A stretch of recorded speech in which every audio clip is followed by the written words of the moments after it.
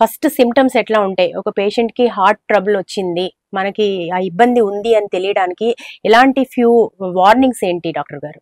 Most of the time ఎమర్జెన్సీలో వచ్చే patients గురించి చెప్తున్నాను. 30 to 40% ఆఫ్ పేషెంట్స్ హాస్పిటల్కి వస్తారు, అసిడిటీ అనుకునే వస్తారు. ఆ అసిడిటీని డిఫరెన్షియేట్ చేయడం వాళ్ళకి చాలా కష్టం అవుతుంది. మేము ఈసీజీ చూసి హార్ట్ అటాక్ అన్నా వాళ్ళు నమ్మరు చాలాసార్లు. ఎందుకంటే one situation in the world is like that doctors మీద ఒక డౌట్ తోనే చూస్తారు, నమ్మకం యాక్చువల్గా గ్యాస్ట్రిక్ అసిడిటీ రెండు కూడా సిమిలర్ గా ఉంటాయి. హార్ట్ ప్రాబ్లమ్ అది వాళ్ళు డిఫరెన్షియేట్ చేయలేరు. సో రెండోది వాళ్ళకి యాక్సెప్టెన్స్ దట్ హార్ట్ అటాక్ వచ్చిందని సెకండ్ ప్రాబ్లం ఉంటుంది. సో వాళ్ళు డినయల్లో ఉంటారు. మూడోది ఆ సిమ్టమ్స్ సో సిమిలర్ ఉంటాయి, వాళ్ళు they don't want to accept that it's a heart problem. But most common thing is ఎప్పుడు రాన్ అసిడిటీ వచ్చింది అనుకోండి, ఎప్పుడు అంత బర్నింగ్ రాలా, బట్ ఈసారి అంత బర్నింగ్ వస్తుందంటే generally heart problem. Middle of the night లో లేవాల్సిన వచ్చింది బర్నింగ్ సెన్సేషన్ తో, అది 90% of the time heart problem ఉంటుంది. Early morning chest pain, early morning burning chest లో ఉందనుకోండి, 90% it is heart problems. Because ఆ టైంలో బాడీలో అడ్రినలిన్ చాలా ఎక్కువ ఉంటుంది when you are getting up in the morning. So ఆ టైంలోనే హార్ట్ అటాక్స్ ఎక్కువ ఉంటాయి. Early morning heart attacks 3 and 6 మధ్యలో మాక్సిమం ఉంటాయి.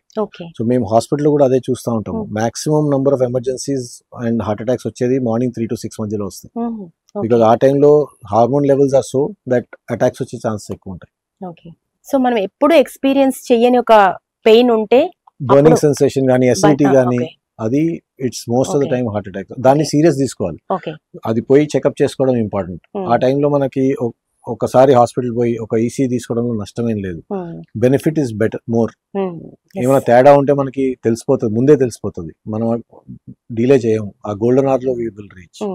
సో ఇప్పుడు మీరు చెప్పినట్టు గోల్డెన్ అవర్, ఫస్ట్ అవర్ చాలా ఇంపార్టెంట్ అని మీ కార్డియాలజిస్టులు చెప్తూ ఉంటారు. సో ఏం చేయాలంటారు ఫస్ట్ ఇమీడియట్ గా? ఆ గోల్డెన్ అవర్ బేసికలీ చెప్పేది that is the hour where you can save the maximum number of lives అండి. మాక్సిమం లైఫ్స్ ని మనం సేవ్ చేసేదే ఆ 1 hour. ఎందుకంటే ఆ 1 hour లో బ్లాక్ అయిన తర్వాత హార్ట్ ఆగిపోయే ఛాన్సెస్ మాక్సిమం ఉంటాయి, రిథమ్ ప్రాబ్లమ్స్ వచ్చే ఛాన్సెస్ మాక్సిమం ఉంటాయి. సెకండ్, ఆన్ ద కాంట్రరీ, మనము దాన్ని వైద్యం చేస్తే కూడా ఆ 1 hour లో మాక్సిమం బెనిఫిట్ వచ్చేది కూడా ఆ 1 hour లోనే. ఎందుకంటే ఆ టైంలో మనం ఆ మెడికేషన్ ఉంటుంది, థ్రాంబోలైసిస్ అంటారు, ఎస్టీకే కానీ టెనెక్టిప్లేజ్ అని మెడిసిన్స్ ఉంటాయి. అవి ఇస్తే ఆ క్లాట్స్ తొందరగా కరిగిపోతాయి, ఎందుకంటే సాఫ్ట్ క్లాట్ ఉంటుంది ఆ టైంలో. రెండోది, మనం ప్రైమరీ యాంజియోప్లాస్టీ అంటాం.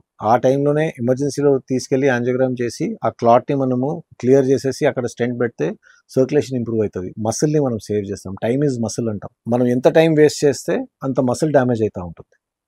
ఆ మసిల్ ఒకసారి డ్యామేజ్ అయిందంటే ఇట్ ఈస్ నాట్ మన చర్మంలా కాదు. హార్ట్ మసిల్ ఒకసారి డ్యామేజ్ అయిందంటే డ్యామేజ్ అయిపోయినట్టే, మళ్ళీ అది రివైవ్ కాదు.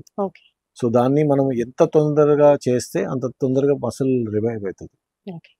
సో ఒక హార్ట్ ప్రాబ్లంతో పేషెంట్ మీ దగ్గరికి రాగానే మీరు ఫస్ట్ చేసేది ఏంటి డాక్టర్ గారు? ట్రీట్మెంట్ స్టార్ట్ చేసినప్పుడు ఏం చేస్తారు? ఫస్ట్ థింగ్ ఆస్పిరిన్ అండి. The most efficient and the most cheapest drug ఇప్పుడు కూడా is aspirin. And aspirin should be given as dissolved aspirin. మనకి చిన్నప్పుడు డిస్ప్రిన్ అని వచ్చేది, ఇప్పుడు వచ్చే ఈకోస్ప్రిన్ ఎంట్రిక్ కోటెడ్. అది మీరు ఇట్లా ఇస్తే అది అబ్జర్వ్ అవ్వడానికి చాలా టైం పడుతుంది. డిస్ప్రిన్ ని మనం డిజాల్వ్ చేసి ఇస్తే ఓరల్ మ్యూకోజా, బకల్ మ్యూకోజా నుంచి కూడా అబ్జర్వ్ అవుతుంది. అది నోట్ నుంచే అబ్జర్వ్ అవ్వడం స్టార్ట్ అవుతుంది. అండ్ ఇది విదిన్ 15 minutes బ్లడ్ సర్క్యులేషన్ లోకి వెళ్ళిపోతుంది. So that will give maximum benefit అనమాట. సో డిజాల్వ్డ్ ఆస్పిరిన్ ఎప్పుడైనా పెట్టుకోవాలి. జనాలు ఎకోస్ప్రిన్ పెట్టుకుంటారు, ఇట్ విల్ నాట్ హెల్ప్, అది హెల్ప్ చేయదు. డిస్ప్రిన్ పెట్టుకోవాలి. డిస్ప్రిన్ పెట్టుకొని డిజాల్వ్ చేసేసి తాగేస్తే ఆటోమేటికలీ అది అబ్జర్వ్ అయ్యి క్విక్ గా రియాక్షన్ అవుతుంది. సో దాంట్లో ఏంటి బెనిఫిట్స్ ఏంటి? ఇమీడియట్ గా ఏం జరుగుతుంది అప్పుడు? ఆ బ్లడ్ క్లాట్ లో ప్లేట్లెట్స్ అని ఉంటాయి, దాన్ని ఇనిబిట్ చేస్తుంది. సో క్లాట్ ని ఫర్దర్ గా ఫామ్ చేయకుండా ఆపేస్తుంది. So propagation of heart attack ని తగ్గిస్తుంది. సో ఆ క్లాట్ ఫార్మింగ్ అవన్నీ తగ్గిపోతాయి. ఓకే. సో నెక్స్ట్ మీరు ఎట్లా డయాగ్నోస్ చేస్తారు? అంటే ఏంటి ఆ పేషెంట్ ప్రాబ్లం ఏంటి అని? So most common, first thing మనం పేషెంట్ కి వచ్చే సిమ్టమ్స్ చూస్తాం. సెకండ్, మనము ఈసీజీ తీస్తాము, ఈసీజీలో చేంజెస్ చూస్తాము.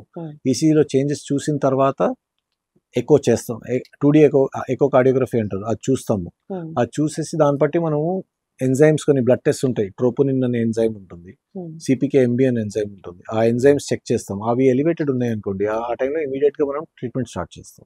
ఓకే. ఇప్పుడు ట్రీట్మెంట్ స్టార్ట్ చేసినప్పుడు యాక్చువల్‌గా పేషెంట్‌కి సర్జరీ అవసరం అవుతుందా? లేకపోతే ఎనీ అదర్ ట్రీట్మెంటా? దాని గురించి ఒకసారి డీటెయిల్‌గా చెప్పండి డాక్టర్ గారు. సో బేసిక్‌లీ ఒక్కసారి మనకి ఎస్టాబ్లిష్ అయింది హార్ట్ అటాక్ అని. హ్మ్. ఆ హార్ట్ అటాక్ అనేది ఎస్టాబ్లిష్ అయిన తర్వాత మనం ప్రిలిమినరీ బేసిక్ మెడికేషన్ ఇస్తాం. ఎకోస్ప్రిన్ అని, క్లోపిటోగ్రెల్ అని, హ్మ్. స్టాటిన్ అని ఉంటుంది. కొలెస్ట్రాల్‌ని రెడ్యూస్ చేసే మెడిసిన్ ఉంటాయి. ఈ అన్నిటితో హార్ట్‌లో ఇన్‌ఫ్లమేషన్ తగ్గిస్తది.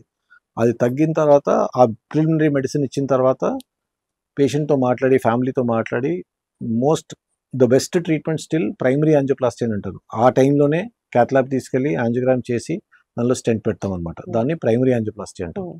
ఒప్పుకోలేదనుకోండి, లేదంటే ఆ హాస్పిటల్‌లో ఫెసిలిటీ లేదు ప్రైమరీ యాంజియోప్లాస్టీ. దానికోసం క్యాత్ ల్యాబ్ అవసరం ఉంటుంది. హ్మ్. అలాంటి ప్లేసెస్‌లో థ్రాంబోలైసిస్ అని అంటారు. ఒక బ్లడ్ క్లాట్‌ని కరిగించే మెడిసిన్ ఇస్తాము. హ్మ్. సో దాంతో కూడా blood clots 50-60% of the times కరుగుతది. సో ఇయన్నీ these are ways initial treatment చేసి లైఫ్ సేవింగ్ మెడిసిన్స్ ఇవి. ఓకే.